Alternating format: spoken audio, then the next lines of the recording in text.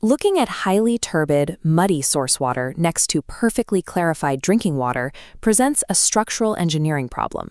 The standard logic for separating water from dirt relies on a sedimentation tank. You hold the water perfectly still and let gravity pull the heavy, suspended impurities down to the bottom. But there is a fatal flaw in relying solely on gravity. Water treatment plants constantly encounter fine, clay-like impurities that simply refuse to settle. They remain permanently suspended, causing the continuous, cloudy state known as turbidity. Because these microscopic particles will not sink on their own, attempting to physically filter them out is a dead end. To achieve clarity, operators have to solve a chemical problem first. To understand why these impurities defy gravity, we have to look past the macroscopic sedimentation tank and zoom down to the microscopic surface of the clay particles themselves. At this scale, we find that these tiny colloidal particles inherently carry a negative electrical surface charge. This resulting electrostatic barrier surrounding each particle is called the zeta potential. The zeta potential is a measurable electrostatic charge that creates a highly repulsive force field around suspended matter. Because like charges repel, this negative field acts as invisible armor. Whenever these particles drift close to one another, they violently bounce off each other. They can never clump together into masses heavy enough for gravity to pull them down. If the goal is to achieve total water clarity, physical settling is useless as long as those barriers exist. The core engineering mandate is strictly chemical. We must first break the zeta potential. To break that barrier, operators introduce a chemical clarifying agent. In most water treatment processes, this is alum, which is formally known as hydrated aluminum sulfate. The instant alum hits the water, a rapid chemical dissociation occurs. The aluminum sulfate molecules break apart, yielding sulfate ions and, crucially, multivalent positive aluminum ions, or Al3+. This triggers a process known as coagulation. Coagulation is the deliberate addition of a chemical to destabilize a charged particle.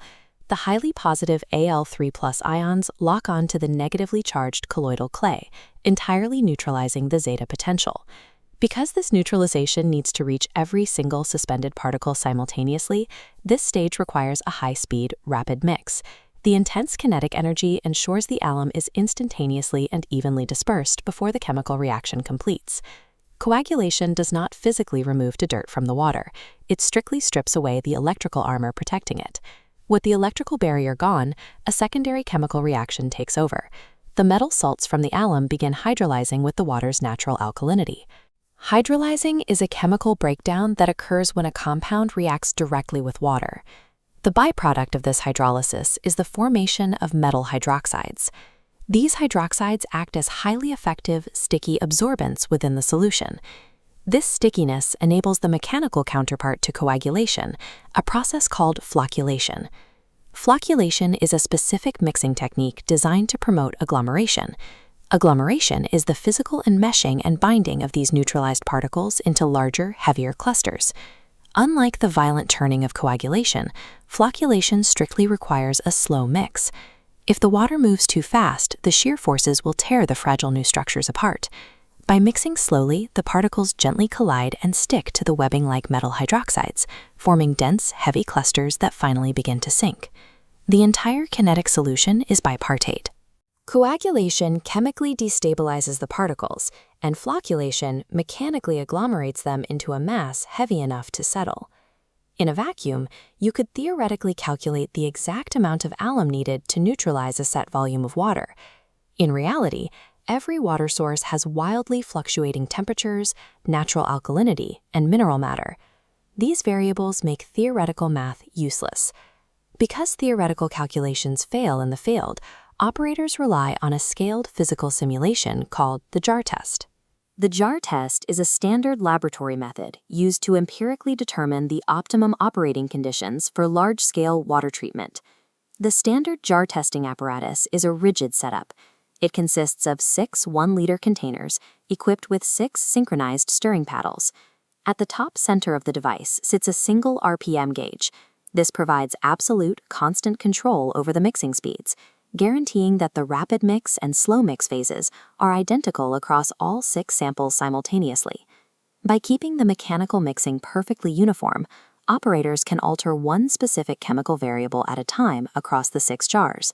The apparatus isolates unknown variables to find exact optimal conditions. The crucial first step is isolating the optimal pH level. The formation of those sticky metal hydroxides is highly dependent on the water's acidity, so the process must be tuned to the correct pH before testing the chemical dosage. According to the Indian standard, operators fill 6 beakers with a 1,000 milliliter sample each. They adjust the pH across a gradient scale from 4 to 9. Next, every sample receives exactly 1 minute of rapid mixing, followed by 14 minutes of slow flocculation. This animated line graph illustrates the final part of this phase. Once the flock settles, the remaining turbidity in each beaker is measured. By plotting the percentage of turbidity removed against the pH scale, engineers can pinpoint the exact optimal pH where the coagulant performs best. By holding the chemical dosage constant across all the jars, the test maps the exact acidic environment where the alum thrives. With the optimal pH discovered, the test is reset. That specific pH value is now uniformly locked in across 6 fresh beaker samples.